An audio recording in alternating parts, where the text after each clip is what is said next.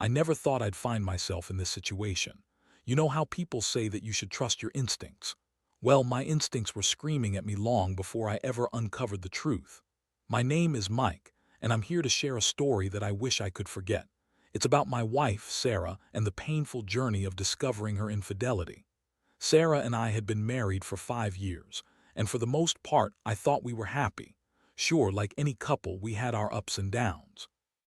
But there was something about our relationship that made me feel secure.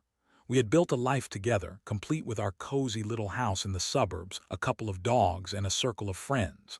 On the surface, everything seemed perfect. But underneath, cracks were beginning to show. It started with the little things, subtle changes in her behavior. Sarah was always the one who communicated openly, but suddenly she became less available. She'd work late often, claiming her job was demanding more of her time. I'd wait up for her, heart racing with worry, but she'd always come home with an excuse or a half-hearted apology, brushing off my concerns with a laugh. "You're being paranoid, Mike," she'd say, rolling her eyes like I was the crazy one. I'd shake it off, convincing myself it was just the stress of her job. But then I started noticing her phone. She was glued to it, texting late at night, always smiling at the screen. Whenever I'd walk in the room, she'd quickly hide it, and when I asked who she was talking to, she'd snap back, "Why do you care? It's just work." I didn't want to be that husband who accused his wife of cheating, but deep down I felt like I was losing her, and it scared me. The tipping point came one Friday night. I was home, flipping through channels, when I received a text from one of Sarah's friends, Emily. "Hey Mike, is Sarah home yet? She was supposed to join us for dinner." My heart sank. I looked at the clock, it was already past 10. I called Sarah's phone, but it went straight to voicemail. I felt a knot form in my stomach.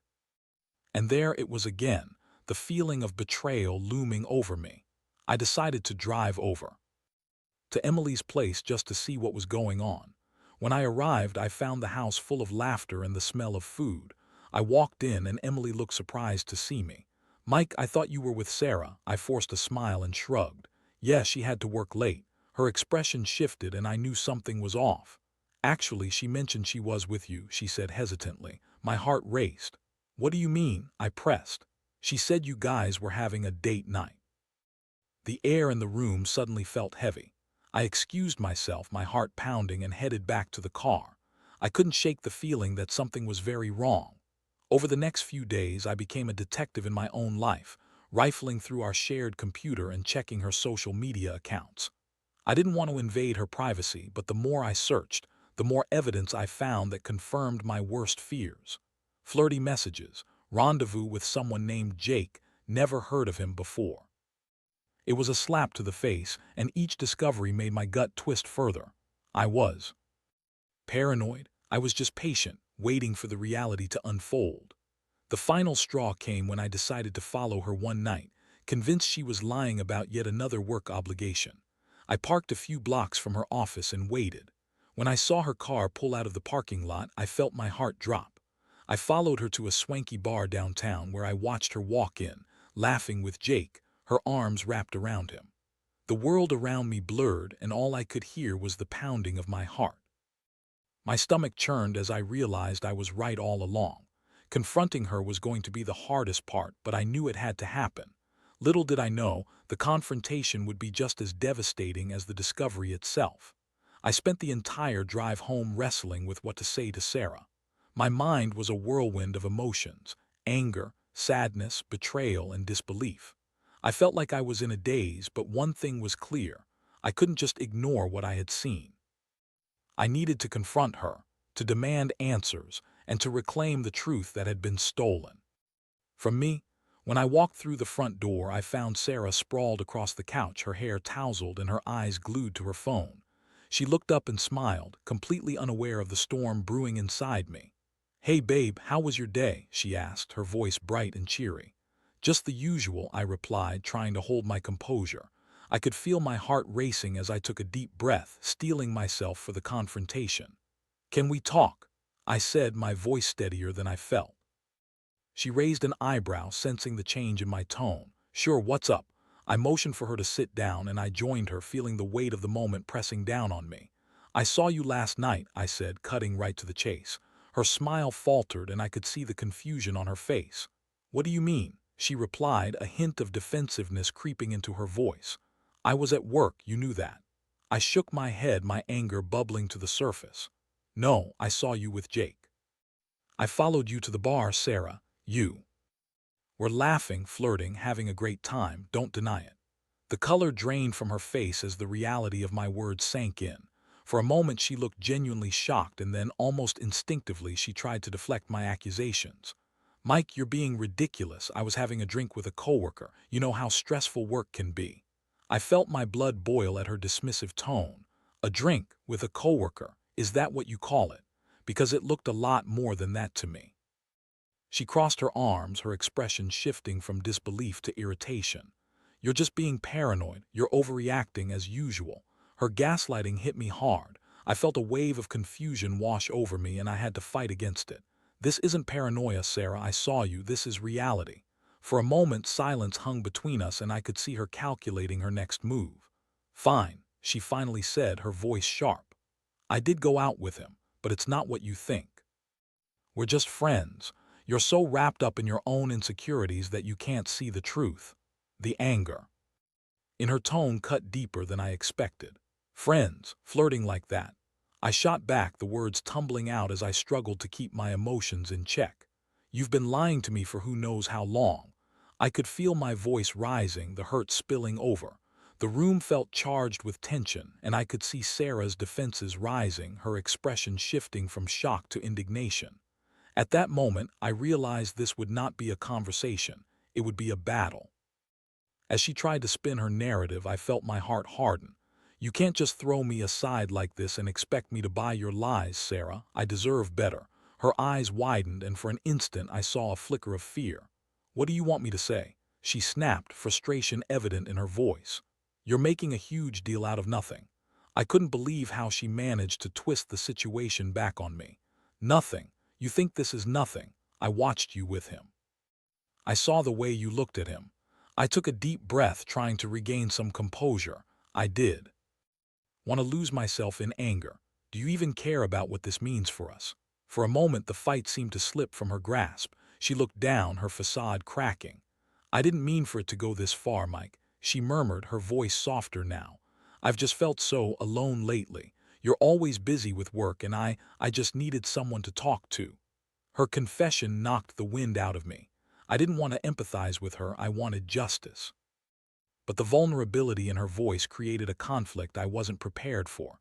"So you thought sleeping with another man was the solution? You should have come to me with your feelings, not run off to someone else." Her eyes filled with tears, and for a moment I felt a flicker of sympathy, but it was quickly smothered by the weight of her betrayal. "I just didn't know how to reach you. Everything felt so distant." I realized then that I was standing at a crossroads. I could feel anger boiling in my veins, but I also recognized the emotional turmoil beneath her words. "You could have talked to me, Sarah. Instead, you chose deceit. And now I have to decide what I want to do with this." It was the hardest moment of my life, knowing that the woman I thought I knew, the woman I had shared my life with, was capable of such betrayal. The emotional impact of her actions was suffocating, but clarity began to emerge from the fog of confusion. I had to think about my next steps carefully. This was all just the beginning of a long and painful journey. I stood there, staring at Sarah as the weight of our confrontation settled around us. I felt like I was in a bizarre dream where everything was true but unreal at the same time. The woman who had promised to love and cherish me had betrayed my trust in the most profound way. The anger I felt was visceral, but it was mixed with a deep sadness that I wasn't sure how to articulate. Sarah's tears flowed freely now, and I could see the regret etched across her face. For a brief moment I felt a flicker of compassion. "I just didn't want to lose you," she said, her voice trembling. "I thought maybe if I got close to someone else it would help me figure out what I wanted." Her words landed like a heavy blow. How could she think that cheating would solve anything? "You don't understand how messed up that is, Sarah. You don't just figure things out by lying and sleeping with another guy. You talk to your partner, you come to me. But you've been so distant," she pleaded. "I felt like I was talking to a wall. You never really listened to me." I gritted my teeth, fighting against the urge to shout. I was working hard for us. I thought we were building a life together. I didn't know you felt alone. The conversation spiraled, each of us caught in a cycle of blame and hurt. I could see the defenses rising back up in her eyes, and I knew this wasn't going to be an easy resolution. You have to understand that I never meant to hurt you, she said, her tone shifting to a more defensive stance. You're making me out to be the villain when all I wanted was to feel alive again. The audacity of her words made my blood boil. You made your choice, Sarah. You chose to betray me. You chose to hurt me. My voice cracked as the hurt bubbled up. I didn't want to scream, but the pain was overwhelming. You think I'm paranoid. You think I'm the one who has been delusional. You put yourself in this position. For a moment, she looked as if she wanted to argue more, but then something in her shifted. Maybe she realized the gravity of what she had done, or maybe she was just tired of fighting. What do you want me to say, Mike? She asked, her voice dropping. I'm sorry, I didn't mean it. I can't take it back. I took a deep breath, my mind racing. I needed to be strategic about how to handle this. I couldn't let her manipulate the narrative any longer. I want you to be honest with me. Why Jake? What is it about him that made you want to risk everything we had? She hesitated, looking down at her hands as if seeking answers from them. He was just there. He listened. He made me feel special in a way I haven't felt in a long time. You were preoccupied with work and I needed someone to notice me. I felt a mix of anger and heartbreak. So you sought validation in another man instead of coming to me. You could have talked to me about how you felt. We were supposed to be a team. Maybe I was scared, she whispered. Maybe I thought you'd dismiss me like you always do. I didn't want to push you away even more. I could see the conflict in her eyes, the guilt mixed with a sense of self-preservation. You pushed me away the minute you decided to cheat on me, Sarah. You think this can all be swept under the rug with a few tear-filled apologies. Her expression hardened and I could see the fight igniting within her. What do you want me to do? Just end it with Jake and pretend like nothing happened? My heart raced as I considered my options. I could sense that she wanted to absolve herself of the consequences without truly understanding the damage she'd done. It's not that simple. You need to understand what you've put me through. The emotional impact of the betrayal was overwhelming. I felt like I was standing on shaky ground, grappling with the realization that the woman I loved had shattered my trust. I had to think about what I wanted moving forward. Did I want to try to salvage our marriage, or was this the end of it? Right now, I'm not sure I can even look at you without feeling sick. I admitted, my voice low. I need time to process all of this. Sarah's face fell, and I saw genuine fear in her eyes. Please don't say that. I love you, Mike. I made a mistake, a huge mistake. I want to fix this. Her pleas echoed in my mind, but I felt the weight of betrayal pressing down harder. Could our relationship ever go back to what it was? I wasn't sure. I needed to clear my head to think without the noise of her excuses clouding my judgment. Maybe we both need some space to think, I said, feeling the words weigh heavily on my heart. I can't make any decisions right now. But I need to figure out what I want. The tension in the room was palpable and I could see the realization hit her. This was serious. I stood up to leave the room, the air thick with unresolved emotions. I needed to gather my thoughts to understand the next steps in this painful journey. As I walked away, I realized that the path ahead would not be easy. I had to confront not only the betrayal, but also my own feelings about love, trust, and whether there was any way to move forward from this wreckage.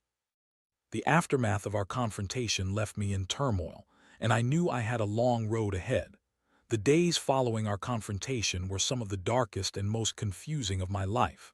After that night, I chose to sleep on the couch. I needed distance from Sarah, not just physically but emotionally too. Each time I passed her in the house, it felt like walking through a minefield. The air was thick with unspoken words and unresolved tensions. I found myself trapped in a cycle of anger, sadness, and disbelief. I thought about everything Sarah had said, her claims of feeling ignored, her need for validation from someone else. I wanted to dismiss her excuses as mere justifications for her betrayal, but somewhere in the back of my mind, I couldn't shake the worry that I had played a role in pushing her away. Still, the thought of her with Jake made my stomach churn. The visual of her laughing, flirting, and sharing intimate moments with another man haunted me. I dove into work as a distraction. My colleagues noticed my distance, but I brushed off their concerns. Just busy, you know. I'd say without going into details. I couldn't afford to let anyone in on what I was going through, not yet. Instead, I buried myself in spreadsheets and deadlines, convincing myself that focusing on work was the only way to regain some semblance of control in my life. In the evenings, I'd come home to an empty house. Sarah would retreat to our bedroom, and I would bury myself in the couch with takeout and mindless television. I felt like a ghost in my own home, haunted by memories of a life once filled with love and laughter. The dogs would curl up next to me, sensing my distress, and their presence brought me a momentary comfort. But even their warmth couldn't ease the cold reality of my situation. Then came the inevitable day when Sarah approached me with a sense of desperation. "Can we talk?" she asked, her voice shaky. I looked at her, my heart heavy, and nodded. I wanted to hear what she had to say, but I was also terrified of what it might mean for us. We sat down at the kitchen table, and I could see the weight of guilt etched across her features. "I've been thinking a lot about everything," she began, her eyes searching mine. "I know I messed up. I didn't realize how much I took you for granted until I saw the pain I caused you." I listened as she spoke, trying to gauge whether her words were sincere or just another attempt to soothe the situation. "I've cut ties with Jake," she continued, her voice trembling. "It was a mistake, and I'm so sorry for what I've done." Something twisted in my chest at the thought of her confessing to him, but I kept my emotions in check. "What do you think that means for us, Sarah?" I asked, trying to sound calm, but my voice betrayed the confusion simmering beneath the surface. She took a deep breath, her eyes glistening with tears. "I want to work on our marriage. I love you, Mike. I don't want to lose you over my mistakes." I felt a rush of conflicting emotions. I wanted to believe her, but trust is not something that can be easily rebuilt. "It's not that simple," I replied, my voice low. "You broke my trust, and I don't know if I can ever feel the same way about you again." "Please just give me a chance," she implored, leaning closer. "I'll do whatever it takes. I'll go to counseling. I'll be open and honest. Just please don't give up on us." I stared at her, torn between wanting to believe her and the reality of what she had done. I wanted to jump into the idea of fixing things, but I also feared the pain it might lead to. Could I really see her as my partner again? Could we ever go back to how things were? "Let's take it one day at a time," I finally said, feeling the weight of my decision. "But understand that rebuilding trust takes time. I'm not making any promises right now." She nodded, her eyes filled with hope and relief. "I'll be patient. I'll do whatever it takes to prove I'm committed to you." As I sat there, I realized that agreeing to give our marriage another shot would not mean forgetting what had happened. It would mean acknowledging the pain, working through the hurt, and finding a way forward together. The road ahead would be challenging, but I also understood that if we were to heal, we needed to face the truth head-on. The following weeks were filled with tense conversations and awkward moments. We started attending couples counseling, and I was shocked by how raw and revealing those sessions were. Therapy forced us to confront the underlying issues in our relationship. It wasn't easy.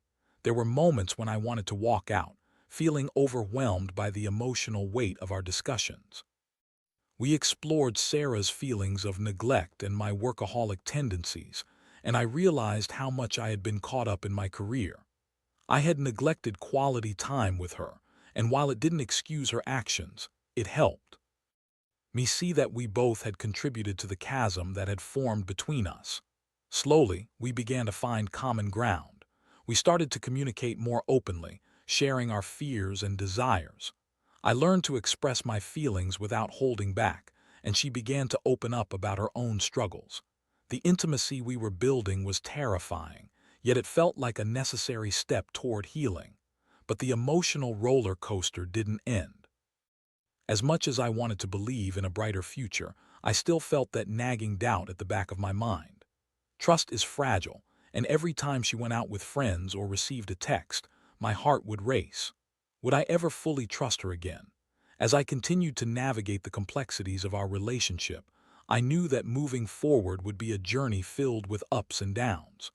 But for the first time since discovering her betrayal, I felt a glimmer of hope. Maybe we could emerge from this stronger, maybe understanding each other better. I just needed to keep my eyes wide open and my heart guarded as we stepped forward into the unknown. The weeks turned into months, and the journey of rebuilding our marriage was as unpredictable as a winding road. We attended therapy sessions regularly, and while there were times I felt like we were making progress, there were also moments when I questioned everything. Each session peeled back layers of pain and vulnerability, forcing us to confront not just the infidelity but the deeper issues that had allowed it to happen. One evening, after a particularly intense session, Sarah and I sat together on the couch, the weight of our conversation still heavy in the air. "Do you think we can really get through this?" she asked, her voice barely above a whisper. I studied her, searching for sincerity in her eyes, wanting desperately to believe that we could emerge stronger. "I want to believe we can," I replied, my voice steady but cautious. "But it takes work from both of us. I can't be the only one trying to fix things." "I know," she said, her tone earnest. "I'm committed to this, Mike. I've been doing a lot of reflecting, and I realize how much I need to change, not just for us but for myself."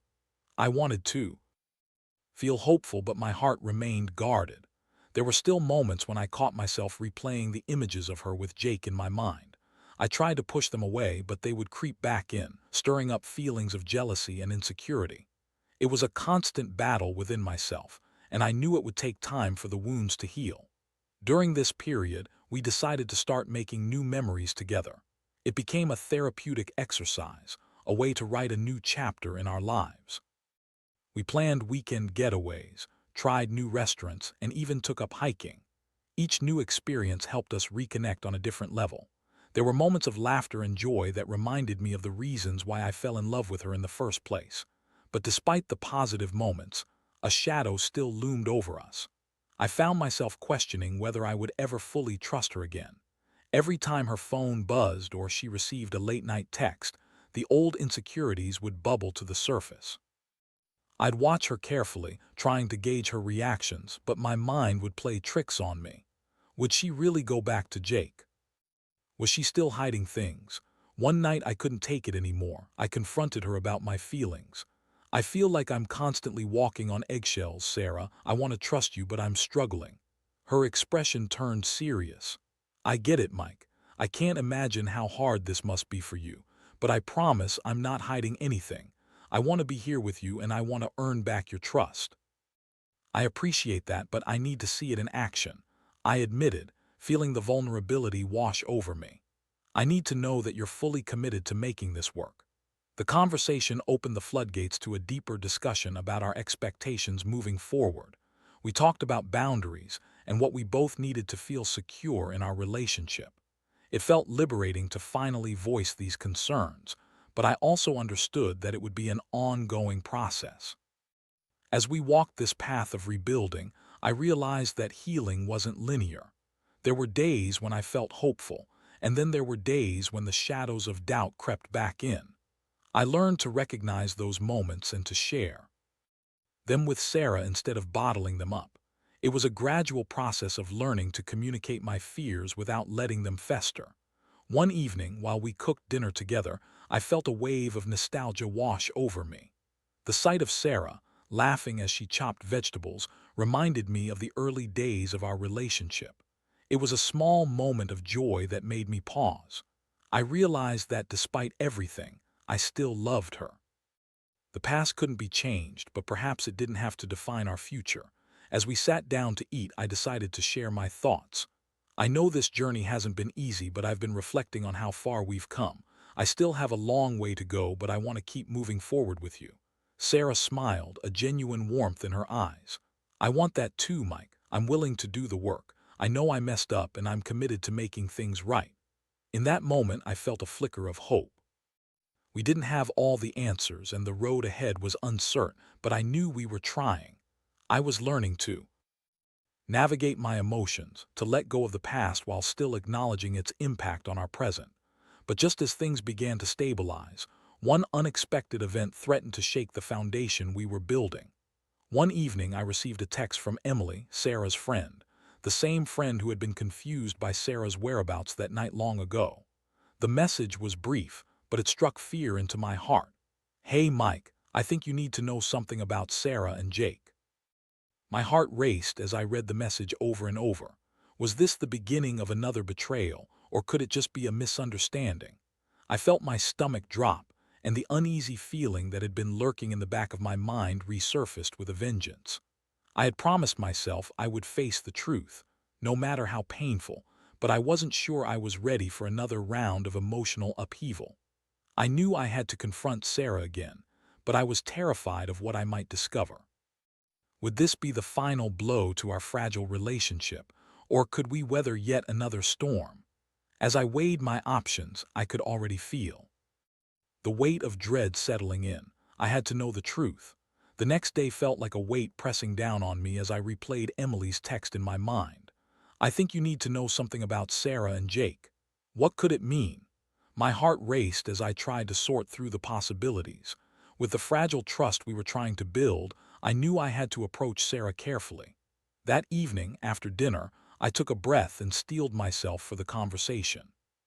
Sarah was washing the dishes and I could see her lost in thought. I felt a pang of guilt as I prepared to drop another bombshell on her, but I also knew that this was about truth that I deserved to know. "Can we talk?" I asked, my voice steady but my heart pounding. She turned, wiping her hands on a towel, and looked at me with concern.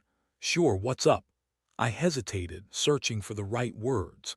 "I received a message from Emily today. She mentioned that I needed to know something about you and Jake." I watched as her expression shifted from surprise to concern. "What?" she say? I took a deep breath, trying to maintain composure. "She didn't go into details, but I need to know if there's something else I should be worried about. Was there more between you and Jake than you've told me?" The air thickened between us as Sarah's face paled. "I swear, Mike, I ended things with him. There's nothing else. I told you everything." "Are you sure about that?" I pressed, my voice rising with anxiety. "I can't go through this again. If there's something you're still hiding, I need to know now." Her eyes filled with tears, and I felt a flicker of regret for putting her on the spot. "I didn't want to hurt you more. I really did end things with him. Emily is just being dramatic. I promise you I'm committed to us now." I could see the fear in her eyes, but the uncertainty gnawed at me. "So there's nothing else? No lingering feelings, no hidden messages?" "No, I promise, Mike. I'm all in for you. I want us to work." Her voice trembled, and I could tell she was being genuine. Still, I felt a chasm of doubt open within me. Then why did Emily say anything? Why reach out to me like that? Maybe she just doesn't want to see me happy. We had a rocky friendship and she's protective of me. But you have to trust me, Mike. I can't change the past, but I'm here now. The emotional turmoil was suffocating. I wanted to believe her, but the seeds of doubt had been planted. I can't keep going in circles, Sarah. I need transparency, or I'm afraid this will never work." She nodded, tears streaming down her cheeks. "I get that. I'll reach out to Emily. I'll confront her about this. I don't want anyone coming between us. I'll do whatever it takes." I could see her desperation, and it made me realize that both of us were fighting for something we had nearly lost. "I want to believe in us," I said softly, feeling the weight of my own vulnerability. "But trust is earned, not given freely." As the days went by, Sarah did reach out to Emily, and from what I gathered, they had a heated conversation. Sarah came home one evening looking relieved. "I talked to her," she said. "She was just trying to look out for me. She felt I was making a mistake with you, but I told her we're working on things." I wanted to feel reassured by her words, and part of me was relieved, but I still needed time to process everything. "I appreciate you doing that," I replied cautiously. "I just need to let this settle for a while." The following weeks were still filled with ups and downs. We continued our counseling sessions, navigating the complexities of rebuilding our relationship. I realized that healing wasn't just about forgiving. It was about understanding and redefining what our relationship meant to both of us. There were moments when I felt the old wounds resurfacing, but I was learning to communicate my feelings rather than let them fester. Sarah showed determination and commitment in our sessions, and gradually I began to see glimmers of the woman I had fallen in love with. But the journey wasn't without its challenges.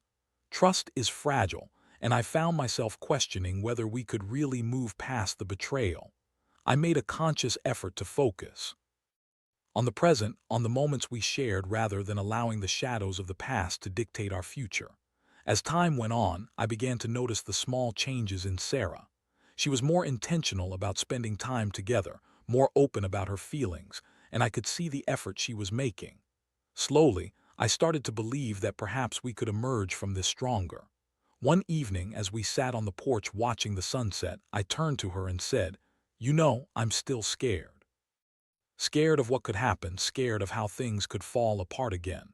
She reached for my hand, intertwining her fingers with mine. "I'm scared too, Mike, but I'm willing to fight for us. I won't let you down again." In that moment, I felt a flicker of hope ignite within me. Maybe we could rebuild. Maybe, just maybe, the cracks in our foundation could become the stepping stones for something new. I realized that while our journey was fraught with challenges, it was also filled with lessons about communication, trust, and vulnerability.